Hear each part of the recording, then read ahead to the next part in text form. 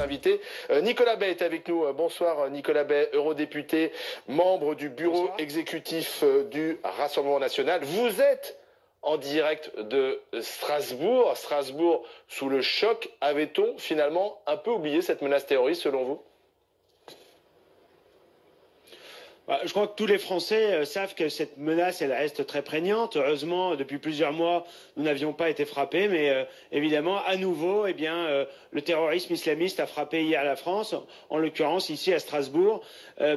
Ça montre que la menace reste importante. Ça montre aussi que sans doute tout n'a pas été fait par les pouvoirs publics pour enrayer totalement cette menace, qui nécessite à la fois des mesures très fermes en aval et aussi des mesures très fermes en amont, notamment sur la question migratoire, parce que on sait très bien que même si Chérif n'est pas arrivé récemment en France, il a bénéficié de la générosité de la France, il a eu la nationalité française grâce au droit du sol, il a bénéficié du laxisme judiciaire en France puisque oui, il est né à Strasbourg, il a bénéficié du droit du sol, mais nous pensons que le droit du sol n'est pas un bon principe.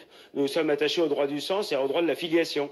Dans ce contexte, faut-il continuer à manifester, notamment je pense au mouvement des Gilets jaunes?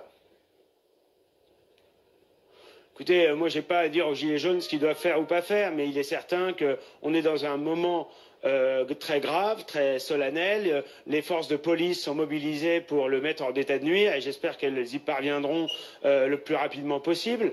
Ça ne change rien à la légitime colère des Gilets jaunes, à leurs revendications tout à fait pertinente sur le pouvoir d'achat et sur la fiscalité qui est beaucoup trop forte, mais c'est vrai que dans l'ordre des priorités, si je puis dire, le combat contre le terrorisme islamiste doit passer au premier plan.